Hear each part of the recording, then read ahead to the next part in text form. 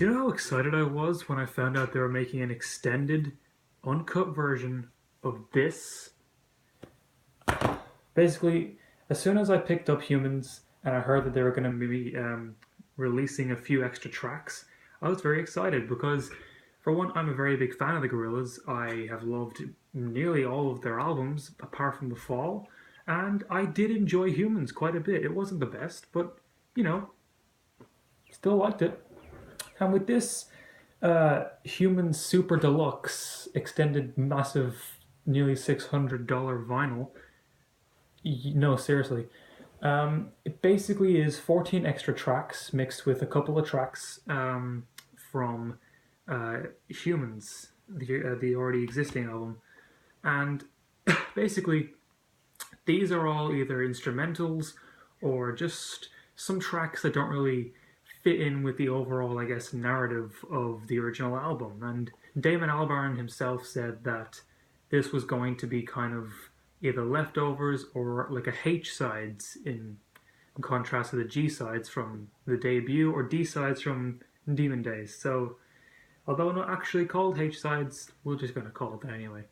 And going into this, I kind of realized that we weren't going to probably get the album that contains a lot of these finished tracks because I know a lot of these are either afterthoughts or just unfinished songs. And so basically, when this track list came out, I was very excited because it had alternate versions of songs that I really loved from the original album, as well as some more features, some songs that had, like a nice little sound to it, and then really like absurd titles. And then when one of their singles came out, I was very, very excited because I liked the sound they were going for with this like new kind of track list. And basically, after listening to not the full Super Deluxe with every other song listed inside it, just the tracks. So this is just my opinion on the 14 new tracks. I'm a bit disappointed. I'm not going to lie. In fact, I'm very disappointed. That isn't to say that there aren't tracks on this that I do enjoy. For one, there are a few alternate versions of tracks that were already on Humans. For example, Andromeda. This time it's fully with Dram. He doesn't just have this little sound bite in the song. And although I love Andromeda, I really like the new kind of Dram feature that they gave. The hook is really, like it's very, like nice and kind of like dancey. And the new beat that they have, although I love Andromeda, the new beat I think it's a bit better than the original. Also, the other alternate version of the song that I enjoy isn't really an alternate version. It's just kind of a translated version almost. It's the "She's My Caller" Kaliuch's special. I don't know how you pronounce that last bit. Um, I like Kaliuchis. I haven't listened to a lot of her stuff, but when I heard her on "She's My Caller," I thought she was probably one of the best features on the album, and it's shown because the feature on this is extended throughout the entire song. There is very little 2D on this song at all, which is fine because her Spanish kind of, like sexy tone is really explored here, and I really like this track. Moving on, other tracks that I enjoy is Garage Palace, which I thought was good. I think it's probably one of the more finished songs on the album. It certainly sounds like it because a lot of the tracks on here just kind of sound like afterthoughts, which, is fine in concept. If it sounds okay, I'm fine with it. But yeah, this track I did find was more of like a bangerish type track. Again, though, no 2D. There's like no 2D in this song, which kind of, if you showed someone this song and said, okay, guess who this was by, they would either say, oh, this artist, anyone but Gorillaz, because it doesn't sound like Gorillaz. I'm going into negatives, save that for later, because God, there's lots of them. Um, Next, we have Midnight Float, one of the original songs.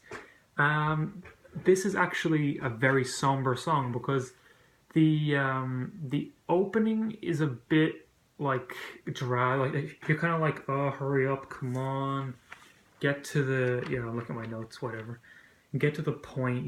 Like it's very instrumental, But as soon as it actually gets into an Azikal, I think how you pronounce the artist's name, delivers some very good vocals, very kind of sweet, very somber, and I loved how this track kind of faded out with that.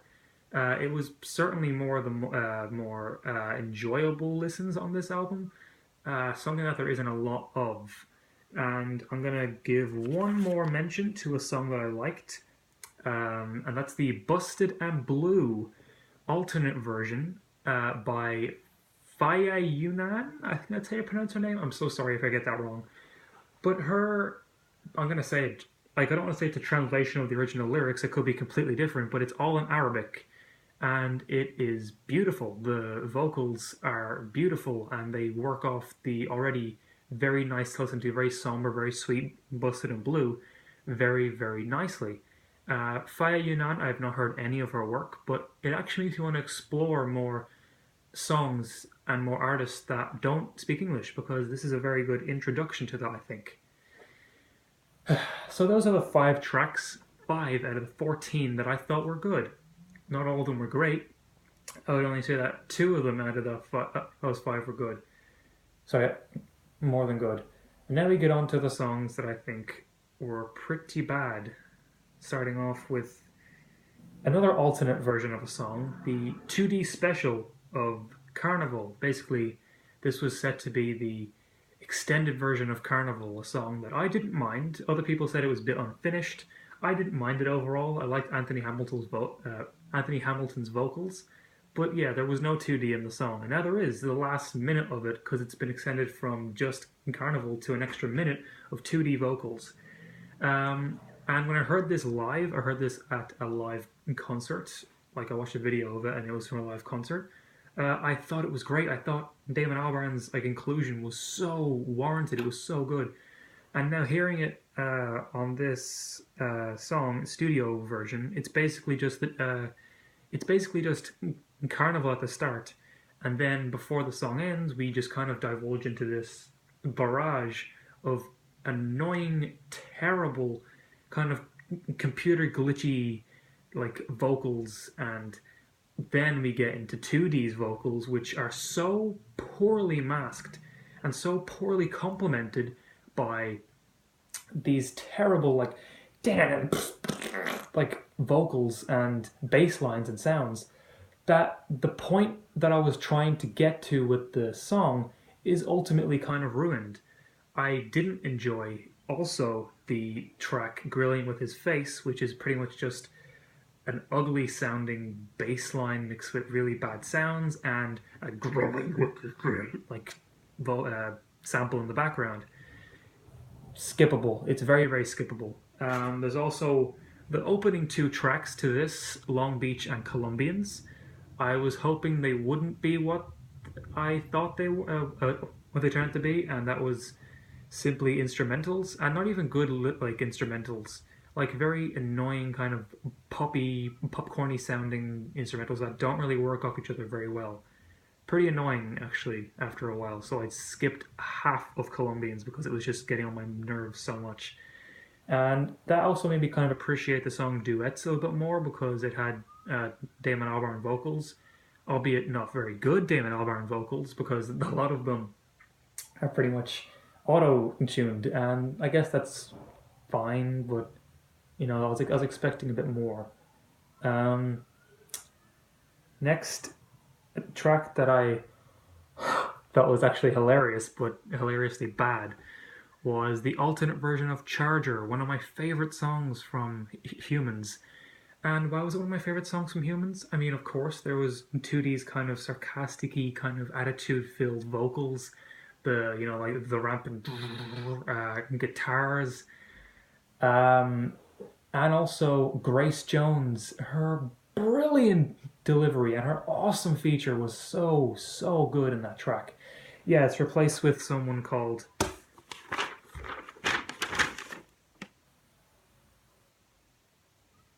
Pauline Black. I don't know who that person is. She sounds like Yoko Ono doing that, like improv singing. Yeah, it's hilariously bad. It's really bad. It just kind of is basically Grace Jones lyrics, but like think of it in the most racist Asian like voice you can do, and have it just become like have it just come completely out of nowhere with any kind of build up. That's the whole track, really. It's just Charger without Grace Jones, and a really embarrassing and annoying sample in the background. A couple of the tracks just to get this fucking shit over. I mean, those are really the tracks that I found bad. The rest of them were just kind of underwhelming or skippable. Like, for example, the song Five Whales in a Dream. Just somber. Was hoping for more vocals. Again, skippable. It's very underwhelming. It's like only like 2.5 minutes long. You can skip it. Again, I know a lot of these tracks don't necessarily need to be fully finished, but could they at least be good to listen to? This is just such a boring song to listen to. Um, then there's two more tracks. That's Phoenix on the Hill, which I was actually pretty excited for because they used to actually open with that song in a lot of their um, different in concerts. What's his name?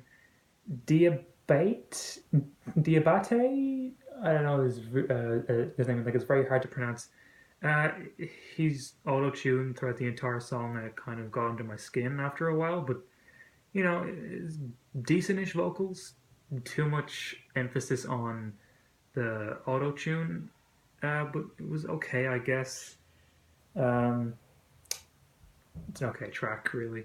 And the last one is Transformer with a Z because they're cool. Uh, Instrumental, kind of boring. I think this one kind of closes out the entire album. So yeah, that was the 14 extra tracks from Humanz Super Deluxe. I'm not going to rate the entire album as a whole because I haven't listened to these in context of the album. I probably will never listen to the album in full because of just how much it costs on vinyl. And maybe if they release it as a download, I'll get it from there. If it's a bit cheaper, I'll get the other versions. But yeah, guys, overall, I'm a bit disappointed. There are tracks on here that I think are good alternate versions of already good songs. None of the tracks on here, apart from maybe a couple, really, I think, have any place on the full album, on the original. Um, there are a lot of tracks on here that I think are god awful. Like, for example, Grilling with His Face. I want to never listen to that track again. It's just so bad. But yeah, basically, I wasn't expecting what I got, and what I got for the most part wasn't good. So I mean, I'm not too annoyed by it because there are only 14 tracks, and Gorillaz are known for making songs that people aren't fully versed on at first, but then they can get into it more. Hopefully, that's the case for me. It might take a couple of listens, but for now, for the most part, the Super Deluxe tracks, um, disappointed. But those are just my thoughts. What did you guys think of the album? Did you guys enjoy these tracks? Did you guys enjoy them in the context? Leave your comments down below. And yeah, I'll see you guys soon. I'm going to press the off button now.